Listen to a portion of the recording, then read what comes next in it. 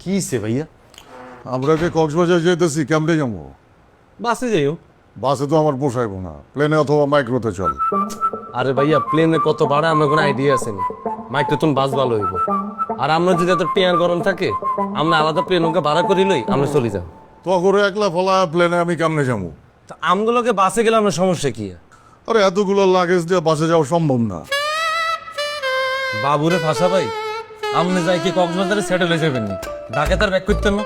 মজা লইস না বেটা, আমার অনেক জিনিসপত্র লাগে। আই ওগা লাগেজ লইতেছি, নেহাল ওগা লাগেজ লইতেছে, হাবু ভাই ছোট্ট একটা ব্যাগ লইতেছে। আমরা এত জিনিস কি?